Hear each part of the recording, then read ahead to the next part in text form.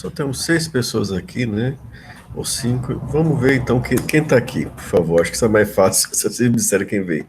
Isabelle, Wendel, quem mais?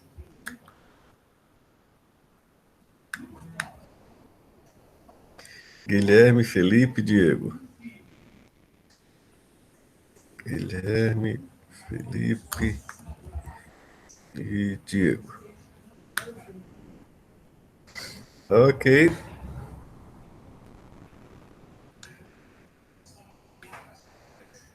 E Júnior, né? Júnior entrou agora. Bom dia, professor. Desculpa o atraso. Tudo bem? Como é que tá sua mãe? Está bem? Mas, Tá bem na medida do possível, professor. Ela continua sentindo muita dor nas costelas, né? Que foi onde o carro bateu. Tem eita, muita dor de nossa. cabeça porque ela tá com 10 pontos na nuca. Eita. E foi um caminhão F4000 que atropelou ela ali no centro de João Pessoa. Foi um carro grande. Por sorte, o motorista conseguiu frear e desviar um pouco, aí ele não acertou ela em cheio, ele acertou com a lateral. Mas ela caiu, levou 10 pontos na nuca, aí tá sem centro de equilíbrio, sem centro de orientação, tem que andar segurando ela, e tendo muita dor nas costelas e dor de cabeça. Ela ficou ainda quinta-feira o dia todo e à noite na ala laranja do trauma e teve alta na sexta de manhã. Não realmente não é algo simples o que ela passou. Não, foi assim, passou até no JPB o vídeo e todo mundo Meu que Deus do céu. vê, perdão, Opa, chegou mais alguém aqui. Pera um pouquinho. passou no JPB o vídeo do acidente e quem vê não acredita que aquilo ali ela só teve esses arranhões que ela teve. Ela só teve só esse corte na cabeça, um arranhão no ombro e outro no cotovelo. Mas quem viu o vídeo acha que é coisa muito pior, porque a impressão que dá é que realmente foi pior. Bom, ainda bem que tá tudo, pelo menos tá tudo, vai se recuperar, vai dar tudo certo. Se Deus quiser, a gente E tá fazendo o que pode. vai dar tudo certo. Eu ia começar dando conteúdo, mas acho melhor a gente Tô começar. aqui assistindo aula. Oi, tudo bem? Certo. Eu ia começar dando conteúdo, mas eu vou começar, na verdade, por outra ponta, né? Vamos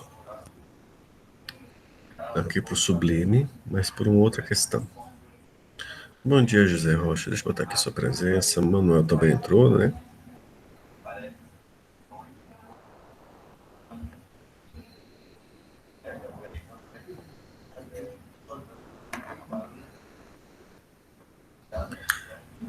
Ok. Então, hoje. Bom dia, Manuel. Hoje eu postei as atividades da unidade 2, tá? Vai ser um código de busca binária, um código de árvore de busca binária, tá certo? Aí eu mandei um exemplozinho, uns exemplozinhos para vocês brincarem. Vai ser uma atividade em grupo de até 3 pessoas, tá? Pode ser menos, mas já é demais, né? 3 já é mais suficiente para fazer isso tudo. Mas quando vocês me mandarem, tem lá escrito bem grande que vocês vão ter que me mandar uma descrição do que cada um fez nos trabalhos, tá certo? Então, por favor, né, vamos considerar essa parte também. Então, o que é que vai ser o trabalho dessa outra aqui? Basicamente, a gente vai ter uma entrada que é isso aqui, ou isso aqui, ou esse outro aqui. São basicamente nomes, uma lista de que, por exemplo, tem um número 10, porque tem 10 linhas logo abaixo, e aqui está simulando tipo o nome de cidade e a temperatura da cidade em Fahrenheit, certo? O que acontece é, a gente vai fazer 2 programas, um usando busca binária e outro usando a árvore de busca binária, que vão ler esses arquivos e guardar esses dados, né? Uma das entradas aqui tem até um pouquinho mais, um arquivo médio de 10 mil entradas. E ele vai receber um outro arquivo de entrada que contém aqui um número de linhas e uma lista de cidades. Certo? E aí, o que acontece? Tanto a busca binária como a árvore de busca binária, a main deles vai ler esses dois arquivos. O primeiro, tanto é que ele vai ler via args, né? O que quer dizer isso? Quer dizer que não vai ser aquela leitura via teclado, vai ser eu mandar o arquivo, como se fosse uma aplicação do lado do servidor. Tá certo? Deixa eu mostrar isso no terminal. 10 dias. Tá bom? Vocês têm 10 dias contando de hoje.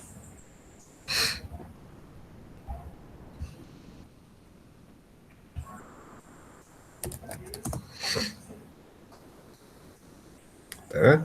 Agora cuidado que eu já vou soltar da terceira também. Da terceira vai ser só um, vai ser curto, mas também vai estar nesse interino, nesse prazo. Por isso que vai ser grupos de 3 pessoas. Então, por exemplo, como é que vai funcionar essa árvore aqui? Deixa eu aumentar aqui a fonte do terminal. Então, quando eu for executar, eu vou ter que mandar o arquivo de entrada e o nome das cidades que eu quero procurar. Observe que não é entrada via teclado, eu não estou botando aquela setinha do pipe. Isso é entrada de arquivo via aqueles args. Que você pode fazer via args ou você pode fazer usar a interface gráfica do file chooser para mandar ele abrir o nome do arquivo e você já recebe o nome do arquivo e vai abrindo. Vocês talvez tenham visto isso na disciplina passada, talvez não, o corona pode ter atrapalhado as coisas. Aí o que acontece? Então o que acontece? Esse primeiro arquivo, a entrada, contém os dados a armazenar. Isso aqui contém uma lista de itens a procurar.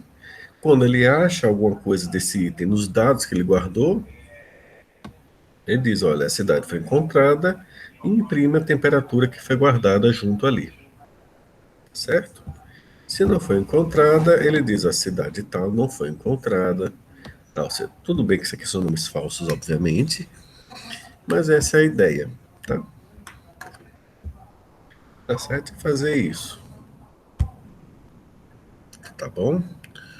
O da busca binária é mais simples, ele vai também receber o arquivo, né? Só que ele só vai dizer em que índice está o dado. Se quiser, vocês podem colocar informação a mais. A temperatura lá é tanto. Mas basicamente está dizendo em que índice o dado foi encontrado. Tá certo? Alguma dúvida? No caso, professor, vai ser nos mesmos moldes da última que a gente fez? Sim, já botei lá os PDFs no formato imagem, tá tudo descrito lá. É vocês redigitarem. Mas aí no caso mas no caso é para a gente digitar e executar pelo terminal. Também eu vou querer. Terminal, ou é para implementar alguma coisa como foi a primeira? Não, é como a primeira. Vocês vão implementar, né? O código que eu passei via imagem, vou mandar os códigos. Eu botei os arquivos teste, porque se vocês inserirem algum erro, vocês têm chance de corrigir, né? Os códigos que eu imprimi estão funcionando. Se der algum pepino, às vezes pode ser um erro de digitação aqui, outro acolá, esquecer alguma coisa aqui, vocês vão lá quebrar a justamente cabeça. era essa minha dúvida, porque no primeiro a gente teve que criar uma parte do código, no segundo a gente digitou, no caso é nos modos do segundo, né? Nos moldes do segundo, tá certo? Pronto, tá certo. Tá tudo tranquilo, tá bom? Aí só lembrando que tem uma data para entrega e que até quinta-feira deve liberar o da unidade 3, que vai ser bem simples, vai ser um código só, né? Vai ser provavelmente uma busca em largura, né? Aí a gente vê isso daí também. Por isso que a atividade está em grupo, tá certo? Observe que são 2 códigos. A busca binária, como a entrada está fora de ordem, vai precisar de ordenação. Então, eu forneci um quick sort para vocês, mesmo sabendo que vocês possivelmente já têm os seus próprios Magic Sort, quick sort. Mas por via das dúvidas, eu enviei para vocês, tá bom? Entendidos?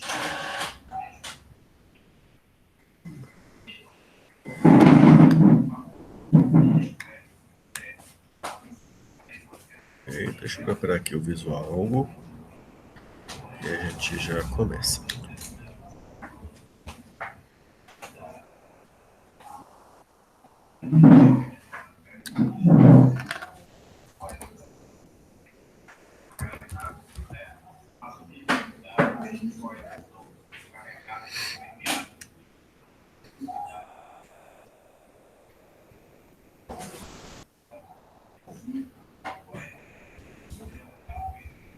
A impressão que o que a gente vai ver hoje não tem, que eu imaginava. O que a gente vai ver hoje não tem no visual. Tá? Então, tudo bem, a gente segue a vida, tem umas animações aqui na minha pasta mesmo.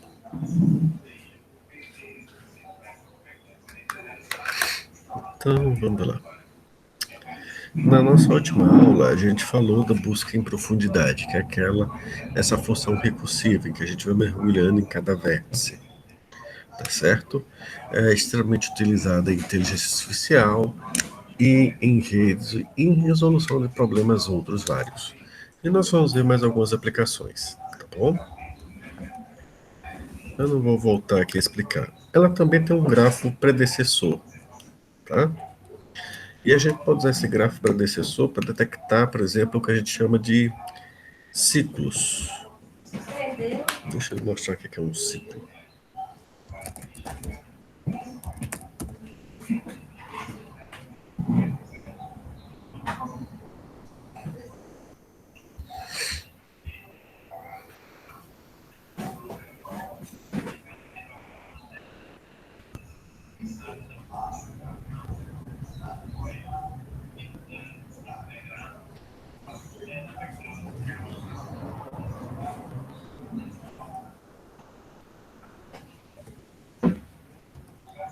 Deixa eu jogar aqui.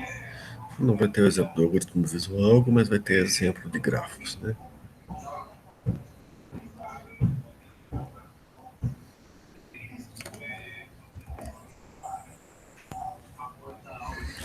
Por exemplo, a sequência no gráfico que vocês estão vendo, deixa eu ver se consigo aumentar ele um pouquinho. A sequência 1, 2, 6, 5, de volta para o 1, é um ciclo, porque eu posso ficar girando aqui à vontade. Curiosamente, algumas aplicações pedem que a gente detecte o ciclo, tá? Ou porque ele não deve ocorrer, ou porque tem uma situação especial se ele ocorrer, tá certo? E nessa situação, a busca em profundidade pode nos fornecer informações para essa detecção, tá? E, além disso, ela vai nos ajudar também em duas outras funções. Uma é chamada ordenação topológica, que é algo muito útil para empresas no processo de tomada de decisão. Eu creio que o Luiz vai falar muito sobre a questão de grafos PERT, que é uma forma de se tomar decisões, e de gráficos Gantt, e em detecção de componentes fortes mais conexas, que isso aqui é muito útil, por exemplo, em análise de redes, seja redes sociais, redes elétricas e assim por diante. Novamente, um grafo predecessor é o quê? É o conjunto de vértices do grafo e o par predecessor e o vértice que o descobriu.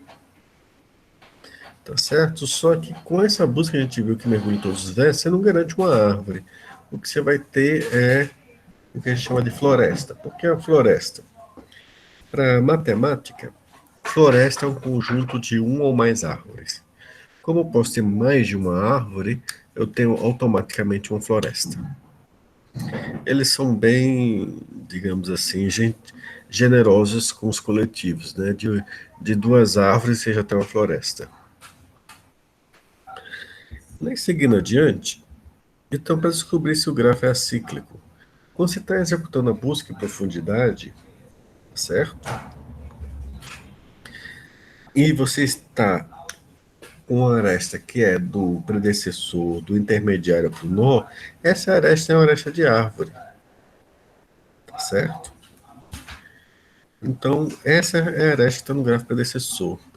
A aresta de retorno, o que acontece? Ela liga um nó a outro nó cinza. Então, quando você está na busca em profundidade, examinando o nó, e você encontra um nó que não está preto, mas está cinza, nesse momento esse nó encontrou um ancestral. E aquela aresta, você pode marcar ela como uma aresta de retorno. Ou seja, de um ancestral, desci para o descendente, voltei para o ancestral. Ou seja, encontrei um ciclo. Então, se eu encontro durante a busca um nó cinza, ele encontra um nó que está sendo examinado, ele encontra outro nó cinza, você encontrou um ciclo. O mesmo você pode dizer. Tá certo. O mesmo não se pode ser dito se você encontrar um direto, que é de um ancestral para um descendente. Tá certo? Porque o descendente pode não ter encontrado o ancestral. Enquanto que o ancestral pode ter mais de um caminho para o descendente. Então, se você encontrar de um nó cinza outro nó cinza, você detecta um ciclo usando a busca em profundidade. Tá bom? E arestas direto são arestas, tá certo? Em que você liga um ancestral ao outro. É quando você liga um nó cinza a um nó preto. Aí isso é de direta. E a cruzada é o seguinte: as arestas que não foram de árvore, não foram de retorno, não foram diretas, se tornam cruzadas. Tá? Essa é a classificação de arestas, detecção de ciclos. A detecção de ciclos é uma coisa curiosa, sabe? Oi, Nathan. Deixa eu marcar aqui sua presença.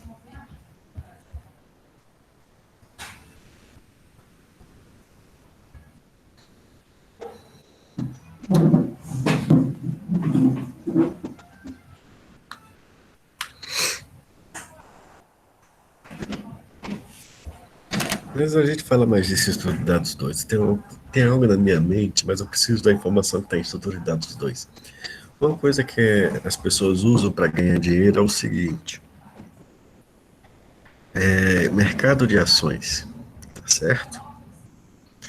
Mercado de ações e mercado financeiro. Imagina a seguinte situação: hoje o dólar está talvez a 5,40, 5,30 por aí. Ou talvez 5,50, não sei mais direito, não estou acompanhando de perto as notícias. Aí você converte, compra US$ 100.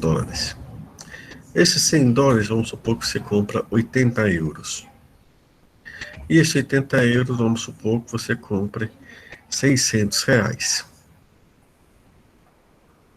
O que é curioso, porque se você comprou, a cotação está em 5,50, 5,40 e você comprou R$ 600, significa dizer que você gastou R$ 550, no pior caso, para comprar seus US$ 100. E você voltou com R$ 600.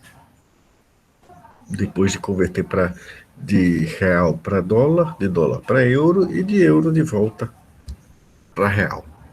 Por incrível que pareça, essas situações acontecem, mas elas só duram alguns segundos ou alguns minutos. Por que elas acontecem? Porque os endereços das moedas são definidos por pessoas. E pessoas não são matemáticas, não são regras. Tá certo? Curiosamente, para você detectar isso, tem uma maneira de ser feita. É só você pegar as taxas, transformar elas usando logaritmo e construir o gráfico de certa forma. Aí você detecta um ciclo. Se esse ciclo existir nesse grafo, você achou uma sequência de transformação de moedas, você sai de uma moeda, por exemplo, o real, passa por várias outras e volta para o real com mais dinheiro do que começou. É curioso isso, né? Sabiam disso? Que isso é possível? E sabia que tem gente que ganha dinheiro no mundo fazendo isso?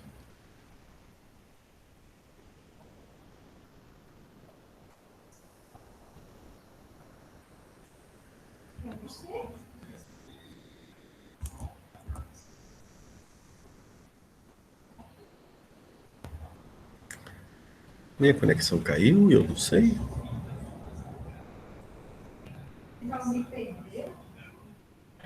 Hello? Em que sentido voltar com valor maior do que o que sai?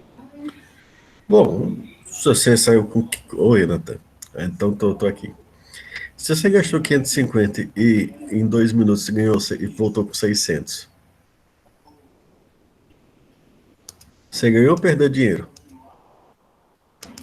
Não, eu ganhei, mas eu não tô entendendo de que forma isso acontece.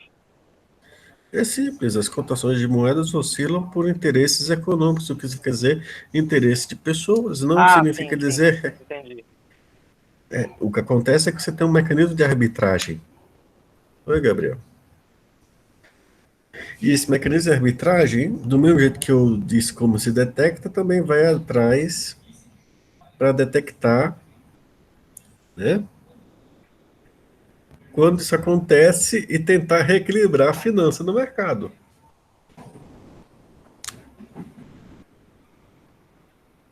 Isso não está acontecendo agora não, José Rocha, isso foi só um exemplo, mas já aconteceu um dia. Um dia eu estava no rádio, aí o rádio deu notícia de uma sequência, eu percebi. De real para dólar, de dólar para euro, de euro para libra, e de libra de volta para real, você sairia com mais dinheiro que entrou em um dia. Assim, eu acho que vai ter alguma regra de imposto e tudo mais para conter isso daí, mas isso existe. E existe programa de computador para capitalizar em cima disso. Isso, então o pessoal tenta fazer os programas também para detectar essas situações e interromper, tá certo? Porque senão tem um problema, sabe qual é, Júnior? Dinheiro de graça Qual? quebra o mercado financeiro. Então o pessoal não pode permitir isso. Não tô Essa entendendo. é um pedido. Realmente, até porque se fosse uma prática conhecida e fácil de fazer, todo mundo faria. Não, mas ela é conhecida, ela só é arbitrada para que não dure nem 2, 3 segundos direito. Então o que você tem que fazer, o que o pessoal faz, na verdade, é apostar, por exemplo, de real compra dólar, aí espera o dólar valorizar, pá, pá, pá, pá, pá.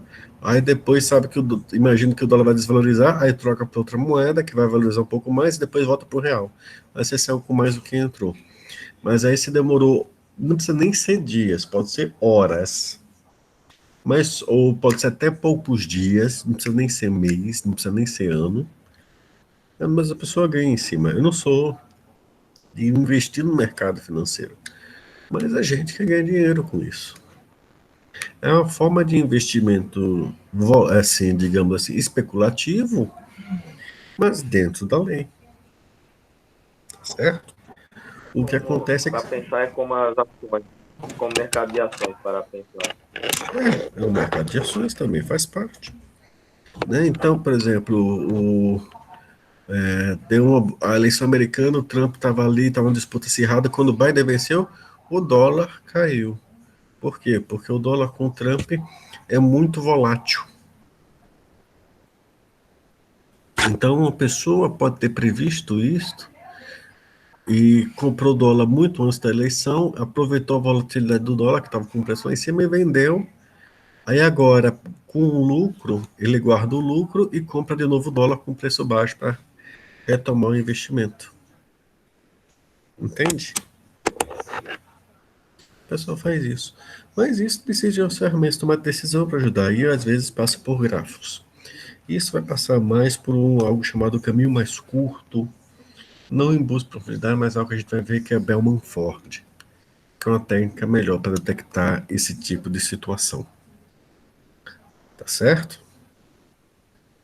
Mas vamos voltar para cá. Então, se o aresta não possui aresta retorno, é um grafo acíclico. Dúvidas sobre classificação de arestas? Por que em algumas situações pode ser importante? Tá? É acíclico se você está examinando um nó e ele não encontra nenhum nó. Se você examinou todos os nós e nenhum nó cinza, através de uma aresta se conectava a outro nó cinza. É só essa modificação que você tem que fazer no seu código. Se em algum momento você detectar isso, você está detectando um ciclo. Tá bom? E outra informação que ele possui é a tornação topológica. Isso é muito útil para projetos grandes. Tá? A despeito do nome topológico, não tem a ver tanto com geografia. Tá?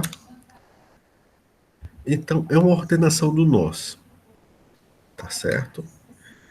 De forma que indique se uma aresta está num grafo, então o nó de onde parte essa aresta tem que vir antes do nó de onde chega essa aresta.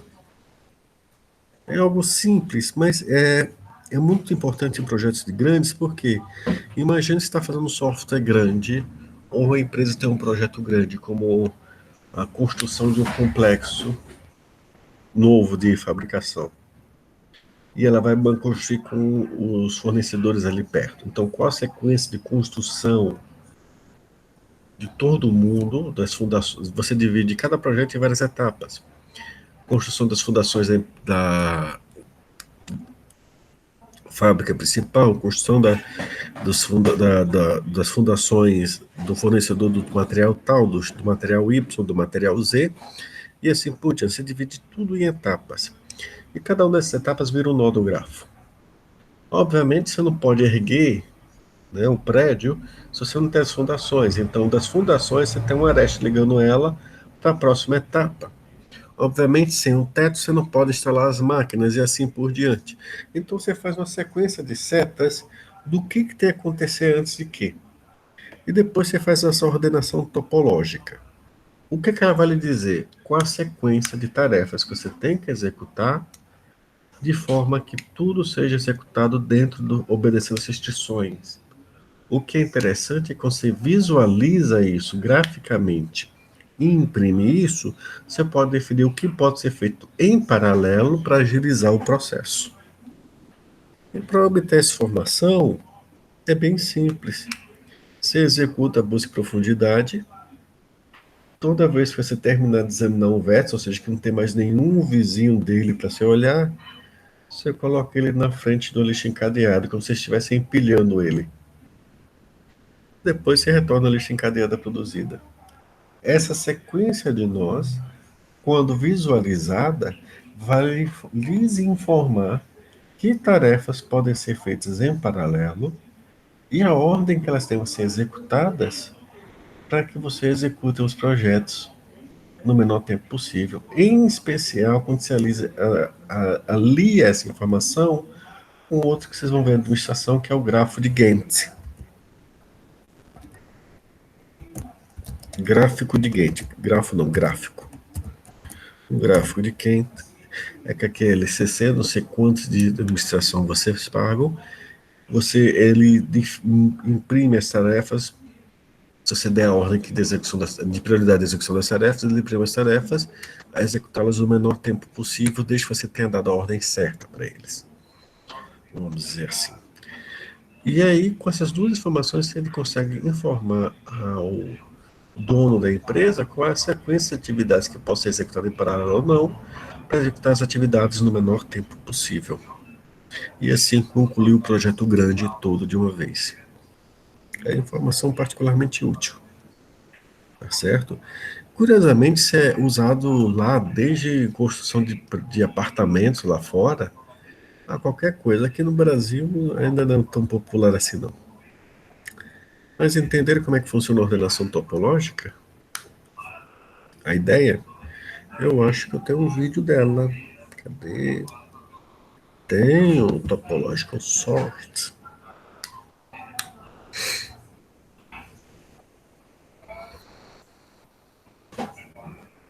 Estou abrindo aqui o vídeo, espera um pouquinho, gente.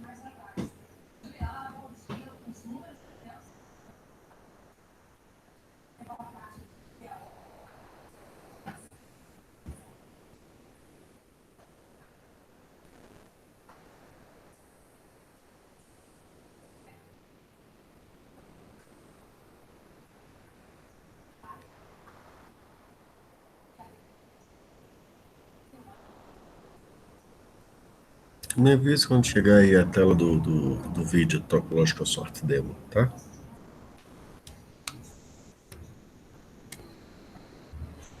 Chegou?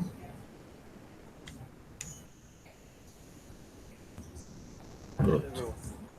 Então eu vou executar ele passo a passo. Olha só, começando pelo nó zero.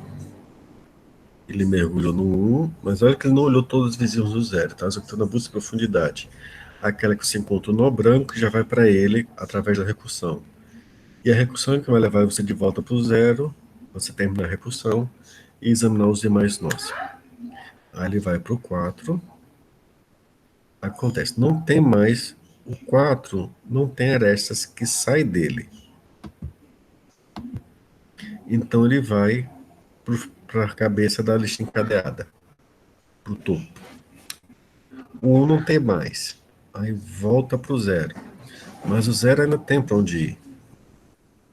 O 0 vai para o 2. O 2 não tem para onde ir, então ele vai para a fila, porque acabou os vizinhos dele. O 0 ainda tem o 5. O 5 não olha os vizinhos, mas acabou. O 0 acabou. Aí vai lá, examinando cada um dos outros vértices em busca de um vértice branco. Aí achou o 3. O 3, ele vai olhando os vizinhos em busca de um vértice branco. Achou o 6, mergulhou para lá. E vai então procurar um vértice branco, não acha, terminou, vai para o fim da lista encadeada, depois o 3. Fez isso tudo, terminou todo mundo, observe. A ordem topológica, tá certo? O último que encerrou é o primeiro. Ficou 3, 6, 0, 5, 2, 1, 4. Tá certo? Isso é uma ordem topológica. Indica que se você tem uma aresta, essa aresta, ponto de partida, destino, vai ser respeitado. Então, se você quisesse começar em paralelo, o graph de Gantt lhe diria comece pelo 3, a um ponto, depois ele lhe diria para começar pelo 0 em paralelo. E você teria essa informação. Obviamente, isso também é utilizado em programação paralela, programação por threads, em programação distribuída não, mas programação por threads concorrente, para você definir como você vai paralelizar as coisas, o quanto você pode paralelizar, tá certo? E em distribuída a gente tenta esconder um pouco de como a gente está paralisando. Mas numa análise mais séria, e para alguns programas em paralelo, você quer saber como é que você vai paralelizar algumas atividades. Quem chama quem, quando e onde. E aí você pode definir como se chama isso, em quantas atividades paralelas você vai poder chamar isso. Tá bom? Mas isso é assunto para uma disciplina à parte, programação paralela. Entendidos como funciona? É só busca profundidade que quando acaba o nó, você coloca ele no topo da pilha. E no final é só imprimir, retirar os elementos da pilha. Tá bom? Ele é mais informativo quando aliado com outra informação, o gráfico de Gantt. Mas aí você tem toda a informação sobre paralelismo. E é ótimo no auxiliar tomar as decisões.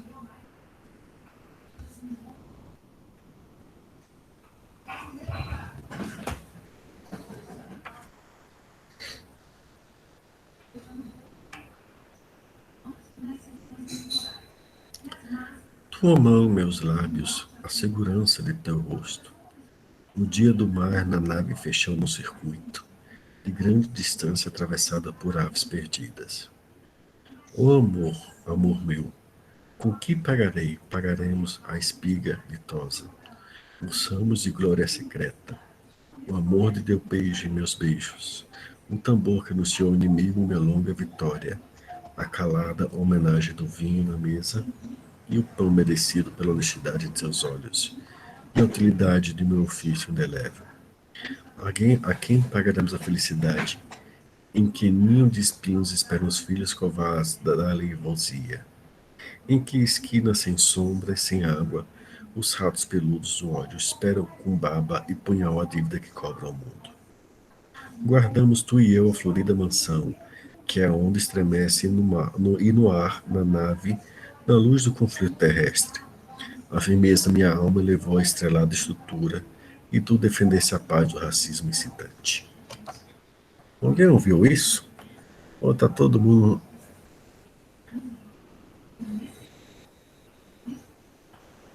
Tô aqui, professor. Tá aqui? Estão tão quietinhos. Estão tão quietinhos. Tá tudo bem, gente?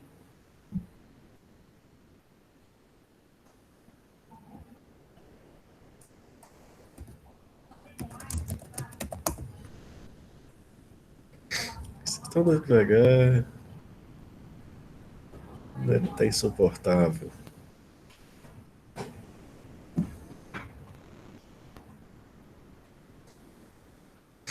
Tá certo. Vamos lá então para mais uma parte.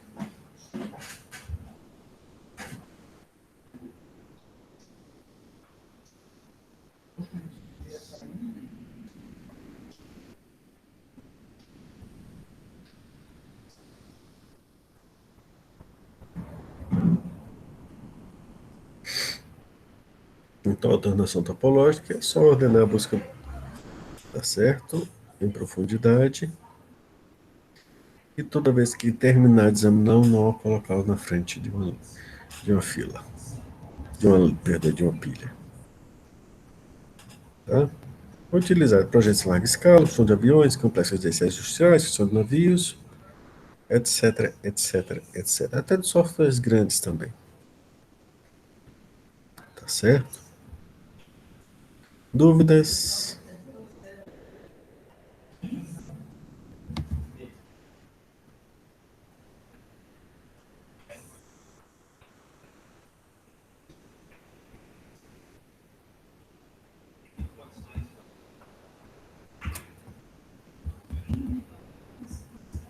Ih, travou meu computador.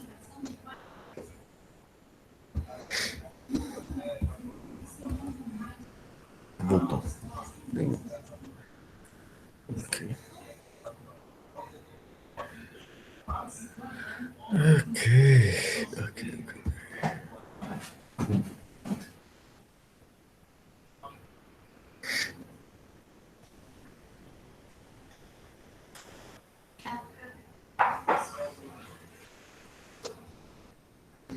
Vamos para o próximo, então.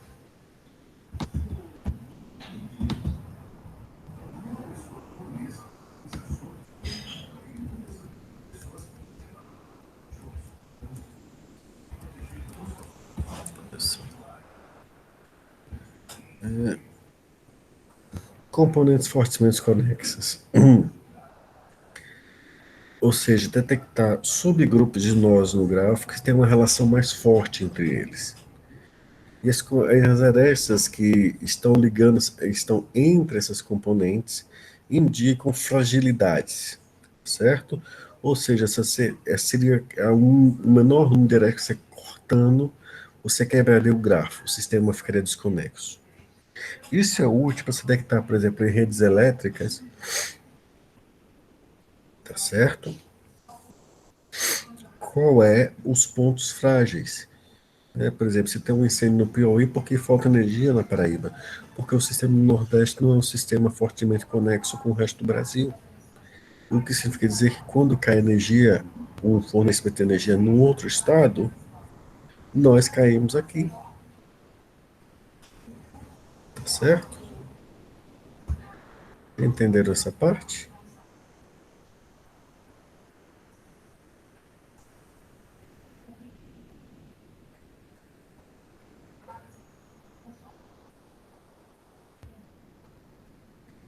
Então, como é que isso vai ser implementado?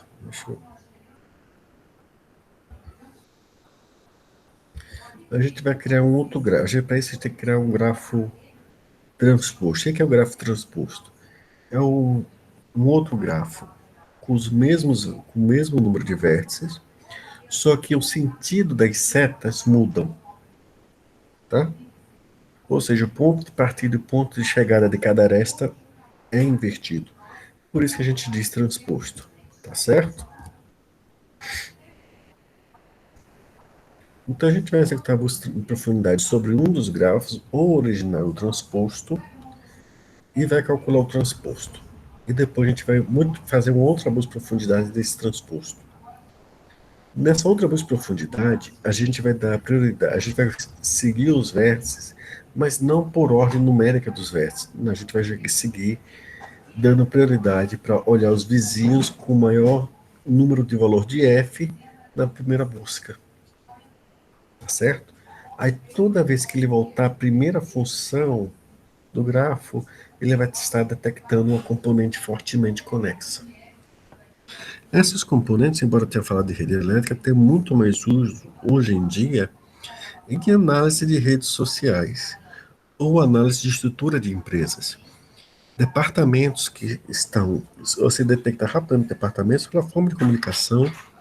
Se cada pessoa for um nó e você vê a comunicação entre elas, você detecta rapidamente quem são os grupos de pessoas e os departamentos envolvidos. Tá? Deixa eu passar isso daí aqui.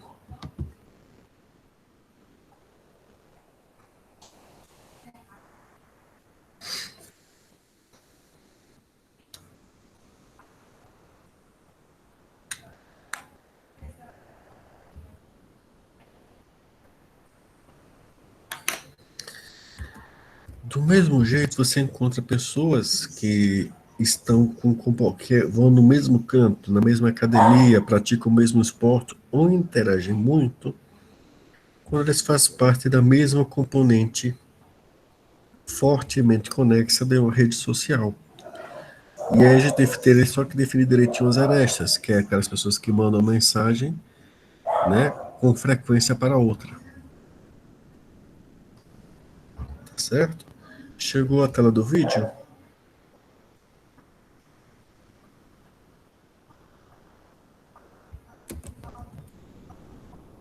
Chegou?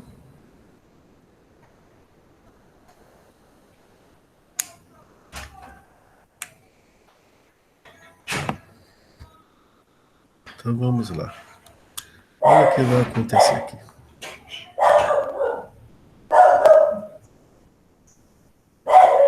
Deixa eu dar uma pausa e fazer com isso aqui.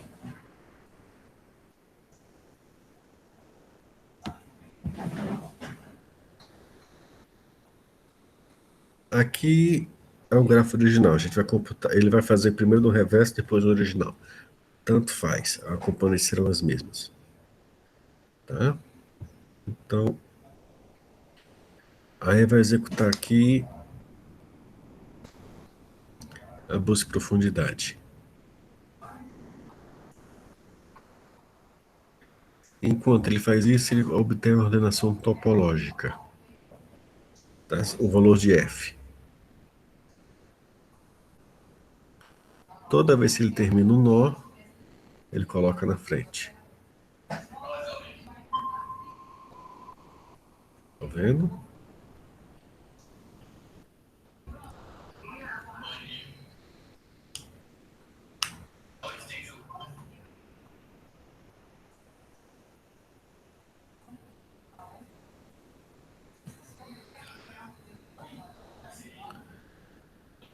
Aí volta para a primeira função e vai mergulhar só no 1 depois.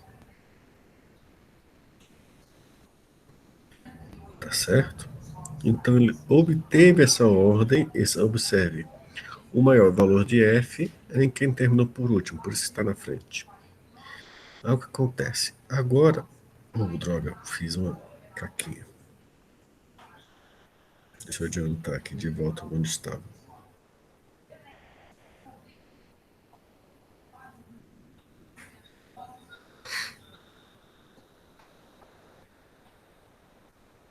Apertei o botão errado, fiz besteira. Pronto, calculou isso aqui. O maior valor de f está com 1. Aí o que acontece? Agora ele vai para o grafo original. Tá certo? Só que acontece, a ordem que ele vai visitar os nós é a ordem definida pelo valor de f, ou seja, em quem terminou por último é que vai começar primeiro. Os últimos serão os primeiros e os primeiros serão os últimos. Certo? Então ele começa pelo 1. Do 1 não detectou ninguém. E aí ele volta para a visita busca. Então ele sabe que quando ele volta da visita busca para a primeira, para a busca em profundidade, ele conclui uma componente. E é isso que ele marcou aqui, ó. O 1 sozinho é a componente de índice 0. Aí quando ele mergulha no 0, ele está começando com a próxima componente, a de índice 1. E ele vai executando a busca em profundidade, e todo nó que ele encontra, ele vai marcando como sendo um membro da mesma componente. Ele faz isso até voltar à função de visita à busca original. Nesse caso, está a sequência de nós 0, 2, 3, 4, 5.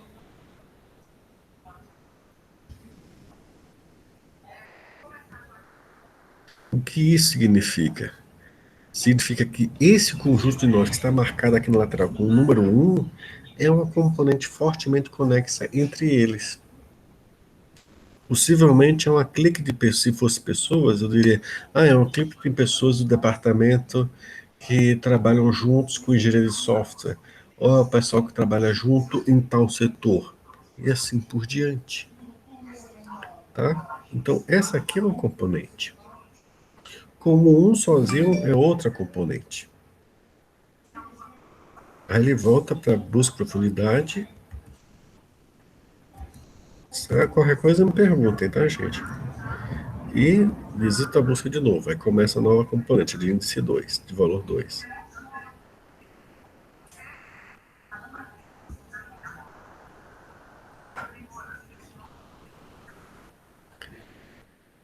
Terminou esse grupo porque volta para a função busca profundidade. Terminou a sequência de visita à busca. Então ele sabe que esse aqui é uma segunda componente fortemente conexa. Ou seja, há uma alta troca de informação entre esses nós. Outro departamento, outro grupo e assim por diante. Aí ele mergulha aqui e descobre que o 6 e o 8 é outra componente. E por fim, só o 7 é a última componente. E aqui na direita você tem então o mapa de todas as componentes encontradas. Tá bom? Desenhe isso coloridinho e você sabe quem está fortemente conexo, do mesmo jeito as áreas que não fazem parte dessas conexões entre esses nós são os pontos fracos da rede. O que significa dizer que se é um sistema que você quer que não falhe, você talvez queira estabelecer mais comunicações entre as componentes, entre os nós das componentes. Perguntas, dúvidas?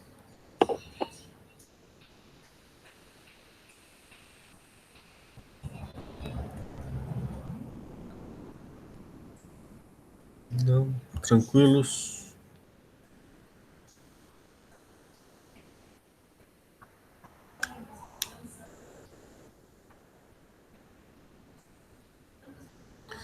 Bom, meus amigos, acabamos o assunto. Né? O assunto previsto na ementa do curso foi todo passado. Nós só tenho agora que corrigir as tarefas de vocês e passar tarefas. E é claro, eu vou cumprir, tá bom? A promessa que eu fiz para vocês, tá bom? De ensinar a interface gráfica a partir da próxima aula. Vocês se lembram dela?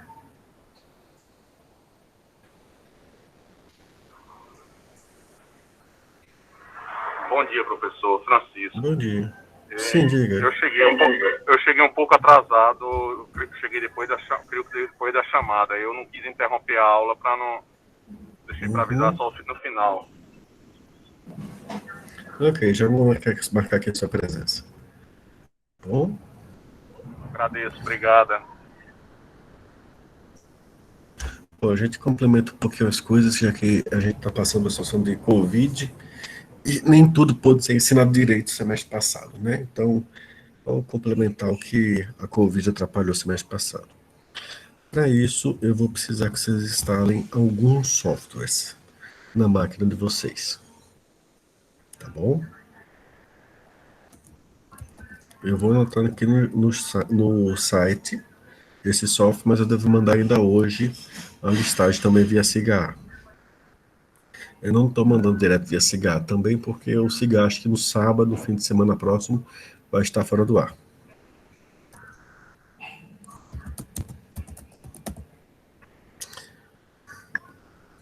Eu vou precisar que vocês instalem o Java FX. Tá certo? E além dele, o CN Builder. E por último, para juntar tudo,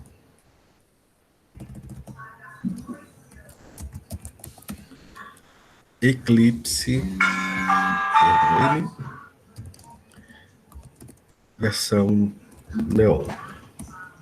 Eu vou pedir especificamente esse IDE, porque normalmente dá um trabalho lascado de configurar o Eclipse com o JavaFX, e o Neon já vem com essa configuração mais ou menos arrumada.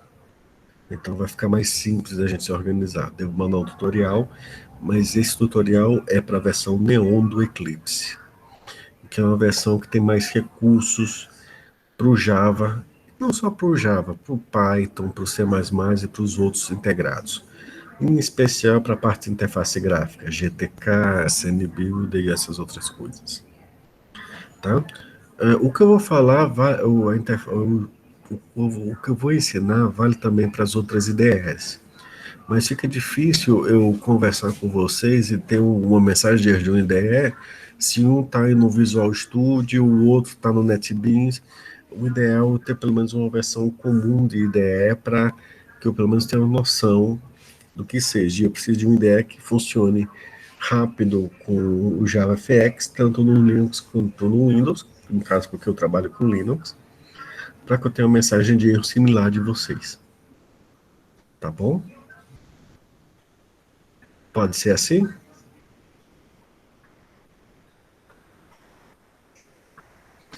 Eu vou mandar essa lista depois. Mas por hora, a aula de hoje vamos encerrar por aqui, porque encerramos o conteúdo.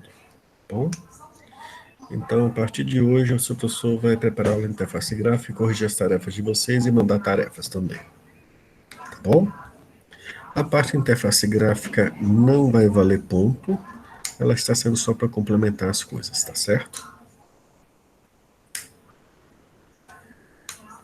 Falta de ordenação, mas já vou pegar hoje e amanhã ela, tá bom? Eu já boto os pontos essa semana. Tá bom? Entendidos? Então a gente se vê quinta-feira. Professor? Sim, tô aqui. Aí, no caso, a Júnior? última nota agora é essa última atividade que o senhor postou hoje, né? Não, a gente vai ter mais uma. Por isso que é grupo de 3 pessoas. Mas no caso essa que o senhor postou. Eu vou postar as aulas hoje, a última atividade vai ser uma busca em profundidade, em largura, possivelmente. Certo? Aí vai ser um código curto, bem simples, tá bom? Mas é também por isso que as atividades estão em grupo. Certo? Lucas, eu já botei sua presença, tá bom? Mais alguém precisa de presença para registrar? Mais alguém tem alguma pergunta, alguma dúvida, algum esclarecimento? Ok, então. A gente se vê, então, na quinta-feira para a parte de interface gráfica, tá, meus amigos? Ok, Gê Rocha, vou botar agora.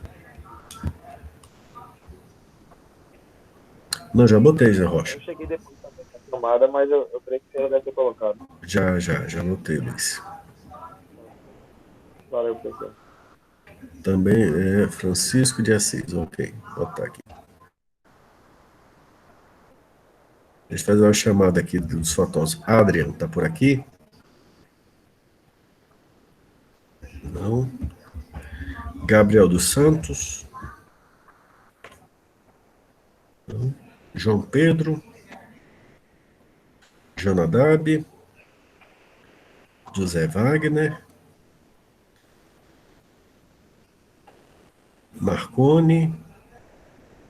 Rodolfo e Samuel. Bom, se não estão aqui, então a gente se vê então os que vieram na quinta-feira. Tá? Até mais e tudo de bom.